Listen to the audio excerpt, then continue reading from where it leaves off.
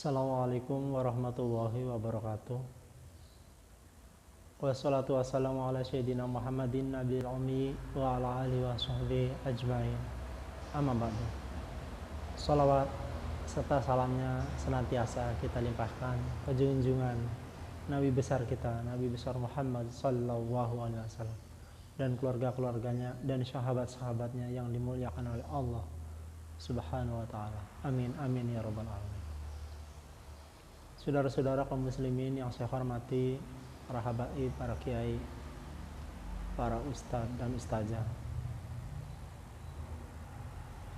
yang ada di sana, semoga selalu mendapatkan keberkahannya Allah Subhanahu wa taala dan selalu diberi kesehatan jasmani dan rohani, dan dipanjangkan umurnya dan dimudahkan pula rizkinya oleh Allah Subhanahu wa taala. Amin amin ya rabbal alamin. Saudara-saudara kaum muslimin rahimakumullah, setelah kita melewati hari raya Idul Adha, hari raya Kurban 1443 Hijriah, semoga yang telah berkorban di jalannya Allah Subhanahu wa taala mendapatkan selalu tentang pahala yang berlimpah di sisi Allah Subhanahu wa taala. Dan yang mendapatkan daging kurban, semoga Allah selalu memberikan keberkahannya dan sehingga daging yang dimakannya menjadi barokah. Amin amin ya rabbal alamin.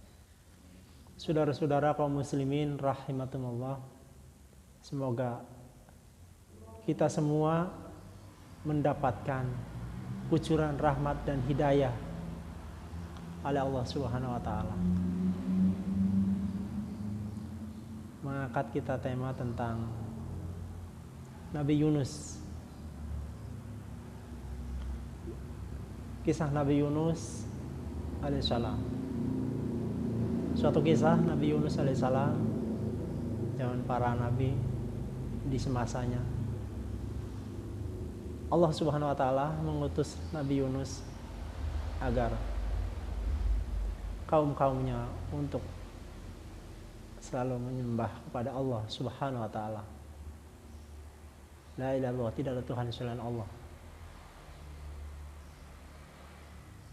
Kaum-kaumnya banyak yang berpaling dari utusan Nabi Yunus, bahwa agar supaya selalu taat dan tunduk patuh dan selalu beribadah hanya kepada Allah Subhanahu wa taala. Lalu mengumumkan Nabi Yunus terhadap kaum-kaumnya, ditakutkan akan ada musibah yang datangnya dari Allah Subhanahu wa taala. Jadi Nabi Yunus cuma mendapatkan utusan yang datangnya dari Allah Subhanahu wa taala untuk kaum-kaumnya. Lalu kaum-kaumnya dan Nabi Yunus benar-benar menyiapkan tentang perjalanan untuk melewati laut yang akan ditujunya, akan menempuh mengendarai perahu tersebut untuk suatu tujuan bersama kaumnya. Lalu Nabi Yunus alaihissalam dan kaum-kaumnya berangkatlah menuju suatu negeri yang dituju, melewati laut yang sangat luas dan sangat dalam. Setelah di tengah laut, perahu yang ditumpanginya bersama Nabi Yunus, kaum-kaum Nabi Yunus. Jadi perahu tersebut oleng. Jadi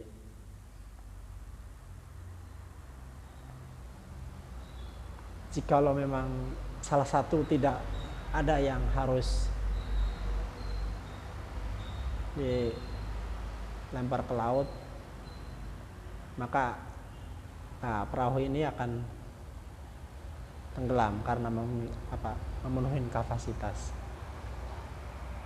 Lalu diundilah, diundi. Jadi jatuh kepada siapa yang akan dilempar ke laut. Lalu diundi, setelah diundi jatuhlah undian tersebut ke Nabi Yunus. Lalu kaum-kaumnya kalau bisa jangan Nabi Yunus katanya. Lalu yang lainnya saja katanya. Lalu diundi kembali. Diundi kembali, jatuh lagi ke Nabi Yunus. Jadi diundi lagi, jatuh lagi ke Nabi Yunus. Jadi sampai 3 kali diundi, ternyata ya itu.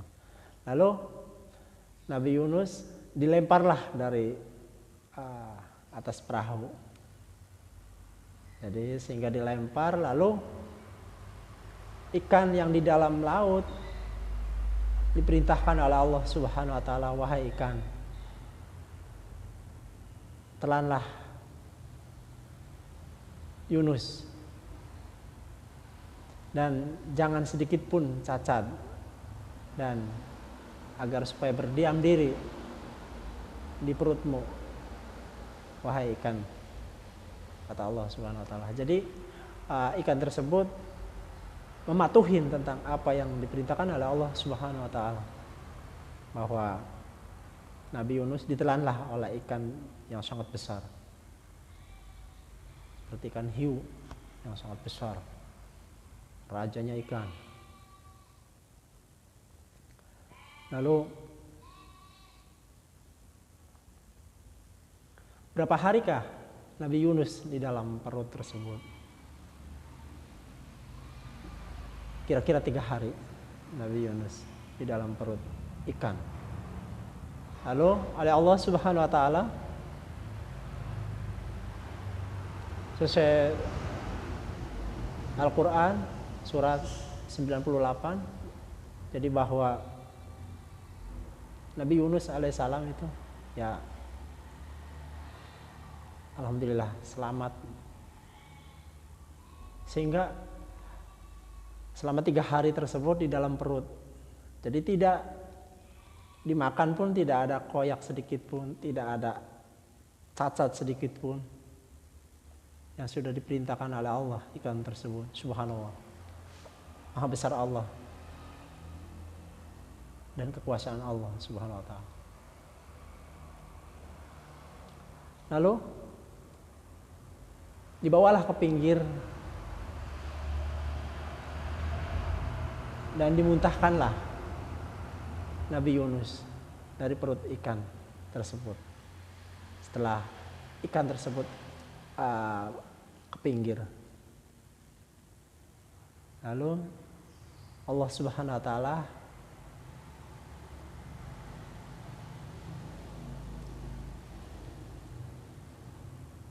mengadakan tentang pohon yang ada di dekat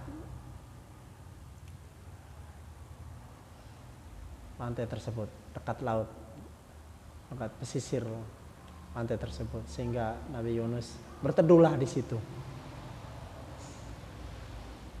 Kekuasaan Allah Subhanahu wa taala.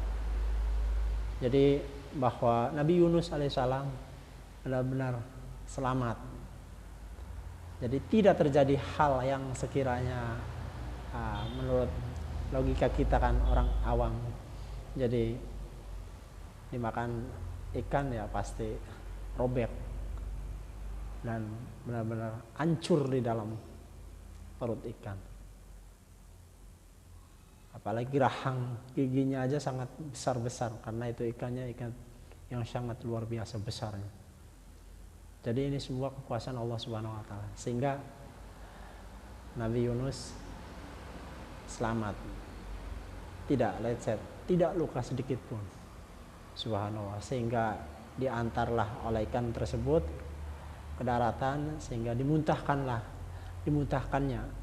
Nabi Yunus dan Nabi Yunus tidak terjadi hal yang sekiranya mengagetkan seperti luka-luka atau meninggal, ternyata masih hidup dan benar-benar dijaga oleh Allah Subhanahu wa taala dengan kekuasaannya Allah. Lalu diciptakannya dengan adanya pohon di pesisir tersebut, pesisir laut tersebut di daratan, sehingga berteduhlah Nabi Yunus alaihissalam. Nah, ini kisah-kisah tentang Nabi Yunus yang sangat singkat. Kita semoga bisa mengambil hikmahnya bahwa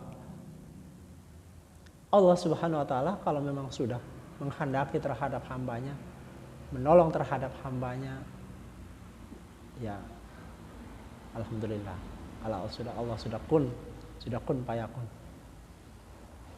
sehingga tidak terjadi hal yang tidak diinginkan. Jadi Nabi Yunus alaihissalam sehingga selamat dari perut ikan, dari ikan makannya, sehingga Allah Subhanahu wa taala benar-benar menolongnya. Mudah-mudahan kita semua bisa mengambil hikmahnya bahwa kalau memang Allah sudah menghendaki terhadap hambanya, insya Allah, maka kita perbanyak berdoa kepada Allah Subhanahu wa taala, karena kita pertolongannya hanya dari Allah Subhanahu wa taala.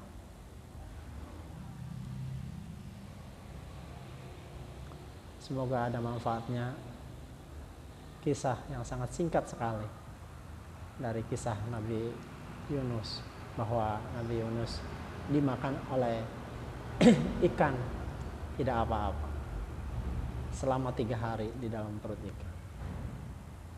Demikian tausiah dari kami, mudah-mudahan ada manfaatnya, dan semoga kaum muslimin wal muslimat dimanapun berada dalam keadaan selalu dirahmati oleh Allah Subhanahu wa taala. Amin amin ya rabbal alamin. Wasibkum wa nafsi bi taqwa. Wassalamualaikum warahmatullahi wabarakatuh.